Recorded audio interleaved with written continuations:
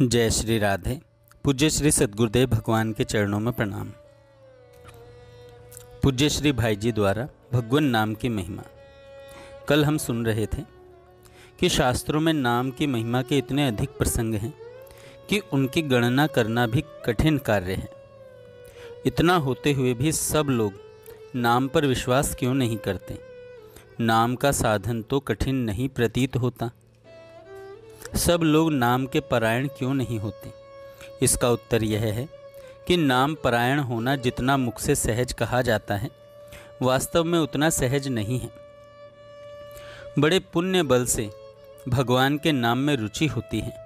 शास्त्र पढ़ना, उपदेश देना, बड़े बड़े शास्त्रार्थ करना सहज है। शास्त्र पढ़ना, उपदेश देना, बड़े बड़े शास्त्रार्थ करना सहज है, परंतु निश्चिंत मन से विश्वास पूर्वक भगवान का नाम लेना बड़ा कठिन है। जन्म जन्म मुनि जतन कराहीं, अंत राम कहीं आवत नहीं। कुछ लोग तो इसकी ओर ध्यान ही नहीं देते। जो कुछ ध्यान देते हैं उन्हें इसका सहजपन देखकर अश्रद्धा हो जाती है। वे समझते हैं कि जब बड़े बड़े यज्ञ, तप, दान आदि सत्कर्मों से पाप वासना का नाश होकर मन की वृत्तियां शुद्ध और सात्विक नहीं बनती, तब केवल शब्द उच्चारण या शब्द स्मरण मात्र से क्या हो सकता है? वे लोग भगवान के नाम को मामूली शब्द समझकर छोड़ देते हैं।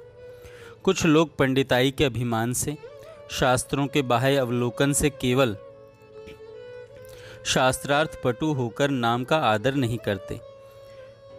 शिक्षा प्राप्त पुरुष तो प्रायः आधुनिक पाश्चात्य सभ्यता की माया मरीचिका में पड़कर ऐसी बातों को केवल गप ही समझते हैं। कुछ सुधार का दम भरने वाले लोग संसार का सुधार केवल हमारे बल पर होगा। भगवान वस्तु ही क्या है? उसकी आवश्यकता तो घर बार रहित सन्यासियों को है। हमें भगवान के नाम से क्या मतलब? अच्छा काम करेंगे, अच्छा फल आप ही होगा। ऐसी भावना से भगवान के नाम का तिरस्कार करते हैं। भगवान का नाम स्मरण प्रायः विपत्ति काल में ही हुआ करता है, जब मनुष्य के सब सहारे छूट जाते हैं, कहीं से कोई आशा नहीं रहती, किसी से कोई आश्वासन नहीं मिलता, जगत के लोग मुख से नहीं बोलना चाहते। निर्धनता, निर्जनता, आरोग्यहीनता और अपमान से मन घबरा उठता है। दुखों की विषमयी ज्वाला से हृदय दग्ध होने लगता है। मित्र, स्नेही, सुहृद और घर वालों का एकांत अभाव हो जाता है। तब प्राण रोढ़ते हैं। हृदय खोजता है किसी ऐसी शीतल सुरम्य वस्तु को जिसे पाकर उसे कुछ शीतलता, कुछ शांति प्राप्त हो सके। ऐसे दुस्समय में छटपटाते हुए व्याकुल प्राण स्वाभाविक ही उस अनजाने और अनदेखे हुए प्रियतम की गोद का आश्रय ढूंढते हैं। ऐसे अवसर पर बड़े बड़े शास्त्र अभिमानी, शास्त्रार्थ में तर्क युक्तियों से ईश्वर का खंडन करने वाले, धन और पद के मद में ईश्वर को तुच्छ समझने वाले, विषयों की प्रमाद मदिरा के अविरत पान से उन्मत्त होकर विचरने वाले मनुष्यों के मुख से भी सहसा ऐसे उद्गार निकल पड़ते हैं कि हे राम, हे ईश्वर, तू ही बचा, तेरे बिना अब कोई सहारा नहीं है। ऐसे ही विपद संकुल समय में जीव स्वच्छंदता से भगवान नाम का उच्चारण करने लगती है, और ऐसे ही शोक मोहपूर्ण समय में मन और प्राण भी उसका स्मरण करने लग जाते हैं। इसी लोभ से तो माता कुंती ने भगवान श्री कृष्ण से विपत्ति का वरदान मांगा था। उसने कहा था कि हे कृष्ण, तेरा स्मरण विपत्ति में ही होता है, इसलिए मुझे बार बार विपत्ति के जाल में डालता रहे। तात्पर्य यह है कि भगवान नाम का स्मरण प्रायः दुख काल में ही होता है। दुखी, अनाश्रित और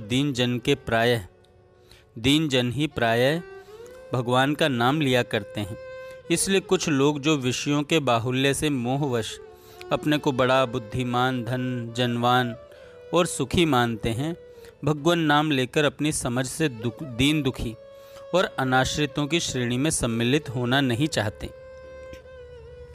कुछ ज्ञान अभिमानी लोग ज्ञान के अभिमान में हरि नाम को गौण या मंद साधन समझकर त्याग देते हैं। जनता अधिकतर संसार में बड़े लोग कहलाने वाले के पीछे ही चला करती है। यही सब कारण है कि सब लोग हरिनाम के परायण नहीं होते। एक कारण और है जिससे नाम के विस्तार में बड़ी बाधा पड़ती है, वह है नाम को पाप का साधन बना लेना। ऐसे लोग संसार में बहुत हैं जो पाप करने में जरा सा भी संकोच नहीं करते और समझ बैठते हैं कि नाम लेते ही पाप का नाश हो जाएगा। इसमें कोई संदेह नहीं कि हरिनाम पाप रूपी घास के बड़े ढेर को जलाने के लिए साक्षात अग्नि है। बड़े से बड़े पाप नाम के उच्चारण मात्र से नष्ट हो जाते हैं। सर्वधर्म त्यागी और सर्व पाप निरत पुरुष भी यदि हरिनाम कीर्तन करता है तो वह पापों से छूट जाता है। इसमें कोई संदेह नहीं कि पूर्व के पापों का नाश करने के लिए हरिनाम सबसे बड़ा और शीघ्र फलदायक प्रायश्चित है। नाम के प्रताप से पापी मनुष्य भी भगवान के परम पद को प्राप्त हो जाता है।